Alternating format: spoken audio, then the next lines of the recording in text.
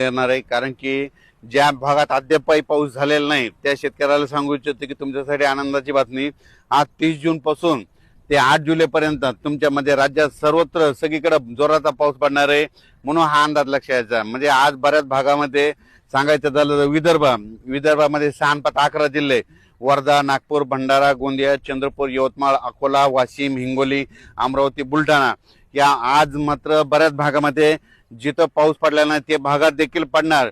पण 8 तारखेपर्यंत मात्र सगळीकडे पाऊस पडणार आहे, म्हणून हा अंदाज विदर्भाच्या सर्व शेतकऱ्यांना लक्षात यायचा. 8 तारखेपर्यंत सगळीकडे पाऊस पडेल आणि सगळ्या विदर्भात शेतकऱ्याची पेरणी होणार आहे, म्हणून हे शेतकऱ्यांनी अंदाज लक्षात यायचा. त्याच्यानंतर मराठवाड्याकडे देखील हिंगोली जिल्हा, नांदेड जिल्हा, परभणी जिल्हा, लातूर जिल्हा, धाराशिव जिल्हा, संभाजीनगर, जालना, बीड या परभणी आणि मराठवाड्यातल्या शेतकऱ्याला सांगू इच्छितो की आज देखील दुपारनंतर 3-4च्या नंतर मराठवाड्यामध्ये सगळ्या जिल्ह्यामध्ये जोराचा पाऊस पडणार आहे. दररोज वेगवेगळ्या भागात पडणार आहे. 8 दिवसामध्ये सगळीकडे पडून जाईल. जे वंचित राहिले त्या 8 दिवसामध्ये त्या वंचित भागात देखील पाऊस पडेल आणि त्या शेतकऱ्याची पेरणी होणार आहे, म्हणून मराठवाड्यातल्या शेतकऱ्यांनी हा अंदाज लक्षात घ्यायचा.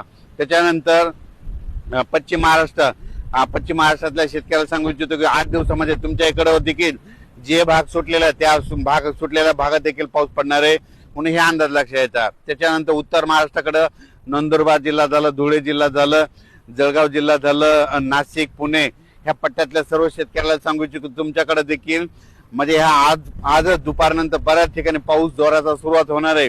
पण 8 दिवस मात्र 8 जुलै पर्यंत मात्र खूप जोरात पाऊस पडणार आहे, म्हणून हा अंदाज लक्षात घ्यायचा. पण राज्यात मात्र या 8 दिवसामध्ये काही ठिकाणी मुसळधार, कुठं अतिमुसळधार, काही ठिकाणी अतिवृष्टी होणार आहे, म्हणून हा अंदाज लक्षात घ्यायचा. मग अतिवृष्टी कुठं होणार, अतिमुसळधार कुठं होणार आहे म्हणून हे तुम्हाला सांगू इच्छितो.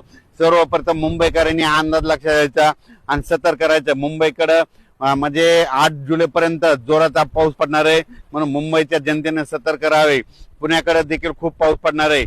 अहिल्यानगर जिल्ह्यात देखील ह्या म्हणजे 8 दिवसामध्ये अतिवृष्टी होईल, काही ठिकाणी मुसळधार पाऊस पडणार आहे.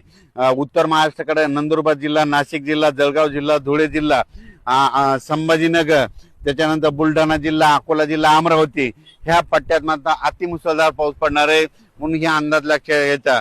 आणि तुम्हाला सांगू इच्छितो शेतकऱ्यासाठी एक आनंदाची बातमी म्हणजे हे जे जिल्हे आहेत जवळपास 14 जिल्हे, नाशिक जिल्हा, मुंबई, त्याच्यानंतर मुंबईचे सगळे जिल्हे, त्याच्यानंतर अहिल्यानगर, नंदुरबार, धुळे, जळगाव, संभाजीनगर, बुलढाणा, अकोला, अमरावती ह्या पट्ट्यात मात्र अतिमुसळधार पाऊस पडणार आहे. त्या भागामध्ये जे छोटे छोटे तळे आहेत त्या छोट्या छोट्या तळ्यामध्ये पाणी येणार आहे, म्हणून त्यांच्यासाठी ही सर्वप्रथम आनंदाची बातमी.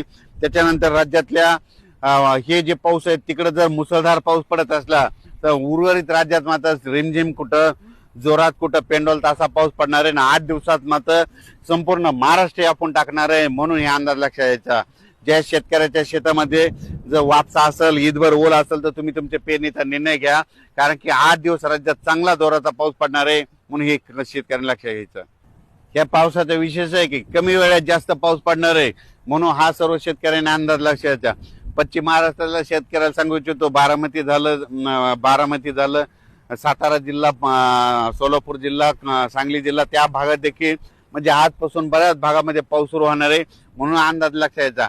सांगायचं झालं तर हे सगळीकडेच पाऊस काय होणार आहे म्हणजे जे आता हे जे पाऊस येणार आहे सगळीकडं कमी वेळेमध्ये जास्त पाऊस पडणार आहे, म्हणून हा अंदाज सर्व शेतकऱ्यांना लक्षात घ्यायचा. पश्चिम महाराष्ट्रात देखील सगळीकडे पडणार आहे, म्हणून हे अंदाज